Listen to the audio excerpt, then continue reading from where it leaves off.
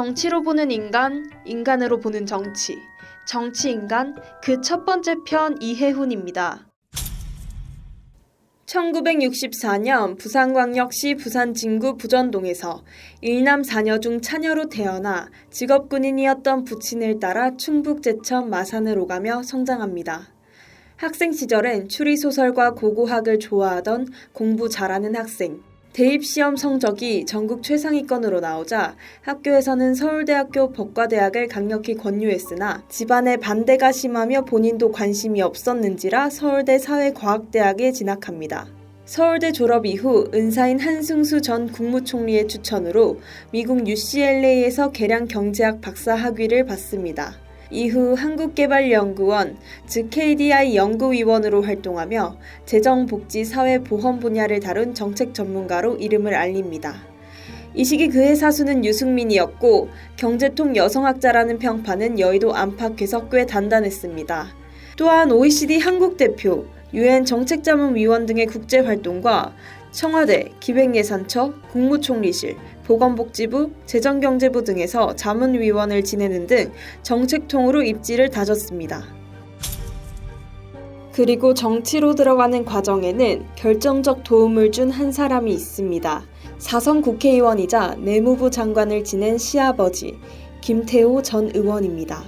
이해훈은 선거 사무실에서 전화 안내, 차내오기 같은 자빌로 시작해 방송 원고, 전략, 기획까지 시아버지의 선거를 도우며 정치를 실무로 배웠습니다. 당시 김태호 전 의원은 주변의 지인들에게 며느리가 정치를 했으면 좋겠다고 말했다고 하며 정치권에서는 그를 이렇게 불렀습니다. 울산 며느리. 17, 18, 20대 국회의원, 보수정당 출신으로는 드문 서울 3선. 종합부동산세, 재건축 부담금 등 지역 현안을 파고들며 일 잘하는 의원이라는 평가를 받았습니다. 국정감사장에서 마이크를 잡으면 기재부 관료들이 굳는다는 말도 돌았고 2008년 헌법재판소에서 종부세와 관련하여 일부 위헌 판결을 받아 강남 3구 주민들의 영웅으로 떠오르기도 했습니다. 이 시기까지만 보면 이해훈은 분명 성공한 엘리트 정치인이었습니다. 2025년 12월 28일 이재명 정부는 국민의힘 당협위원장 신분의 이해훈을 기획예산처 장관으로 지명합니다. 야당 출신, 그것도 반 이재명 행보를 해왔던 인물. 정치권은 술렁였고 이해훈은 SNS 기록을 모두 삭제합니다. 능력 위주의 인사다, 통합 인사의 상징이다 는 평가가 나왔지만 동시에 캐비닛이 열리듯 논란이 쏟아지기 시작합니다.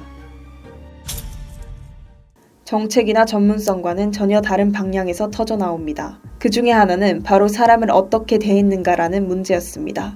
TV조선이 단독으로 보도한 녹취 속 이해훈은 보좌관에게 이렇게 말합니다. 야! 내가 정말 널 죽였으면 좋겠다.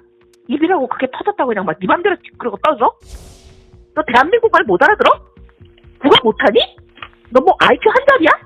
아니 도대체 몇 번을 더 얘기 알아듣니? 6개월 동안 근무했던 해당 인턴은 인간적인 모멸감을 느꼈다고 증언했습니다. 굉장히 인간적인 모멸감을 많이 느꼈거든요. 하지만 단 한 번도 사과를 받은 적 없었다는 증언도 나옵니다. 논란은 여기서 끝나지 않았습니다. 과거 이해훈 보좌관이었던 시사평론가 장성철은 이해훈 의원실에서 1년간 근무가 장기 근속이었다며 이렇게 말합니다. 매일매일 한 건씩 나올 수도 있지 않을까. 국민의힘 양향자 최고위원은 폭언 논란에 대해 이렇게 말합니다. 익히 좀 듣고 있었던 이야기들이라 놀랄 것은 없었습니다. 2026년 1월 3일 조선일보 단독 보도는 또 다른 의혹을 전합니다. 보좌관들에게 자신을 비판하는 댓글을 삭제하게 하고 포털 차단 요청, 반박 댓글 작성을 직접 지시했다는 주장입니다. 이를 따르지 않으면 그만두라며 인격적 모욕을 줬다는 증언도 이어졌습니다. 이해훈 측은 처음 듣는 이야기라며 사실관계를 파악하겠다고 밝혔습니다.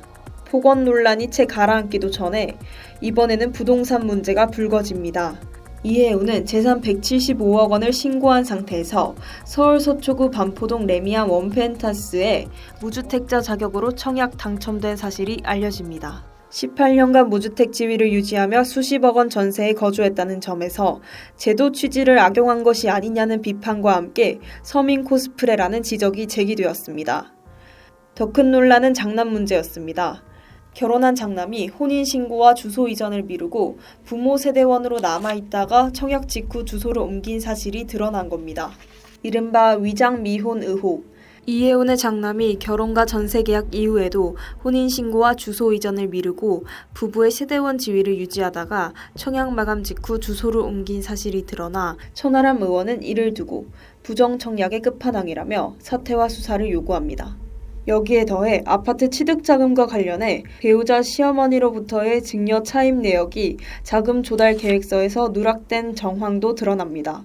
증여세 납부 기록 역시 확인되지 않으며 허위신고 증여세 탈루 의혹까지 번졌습니다. 논란은 결국 수사무마 의혹으로까지 번집니다. 이혜훈이 과거 불법 정치자금 수수 의혹으로 경찰 내사를 받던 과정에서 당시 서울중앙지검장이던 윤석열 전 대통령 그리고 최동욱 전 검찰총장 등을 통해 수사를 막으려 했다는 정황이 담긴 이른바 이혜훈 비망록이 확인되었다는 주장입니다.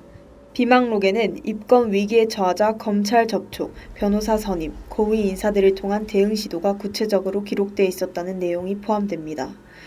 실제로 서울중앙지검이 2017년 경찰의 입건 요청을 3차례 보강수사 지휘로 막아 수사가 정식 단계로 넘어가지 못했다는 점이 부각되며 경찰 수뇌부까지 입건 방침을 언급하던 사건이 무산된 배경에 권력 개입 사건 은폐 의혹이 제기됐습니다. 반면 이혜훈 측은 변호사 선임이나 청탁은 없었고 해당 사건은 혐의 없음으로 종결됐다고 반박했습니다. 논란이 누적되자 여야는 서로에게 책임을 떠넘기기 시작합니다. 국민의힘은 이재명 정부의 인사검증 시스템이 무너진 것, 더불어민주당은 국민의힘 검증을 너무 믿었다. 그리고 2026년 1월 25일 이재명 대통령은 지명을 철회합니다. 이혜훈은 능력으로 평가받던 인물이었고 동시에 사람을 대하는 태도와 권력을 사용하는 방식에서 가장 큰 상처를 남긴 인물이기도 했습니다. 큰 정치인이 되기 위해 필요한 것은 엘리트로서의 이력만이 아니라는 것을 잘 보여준 정치인간이었습니다. 정치인간, 다음 주인공은 다카이치 사나이입니다.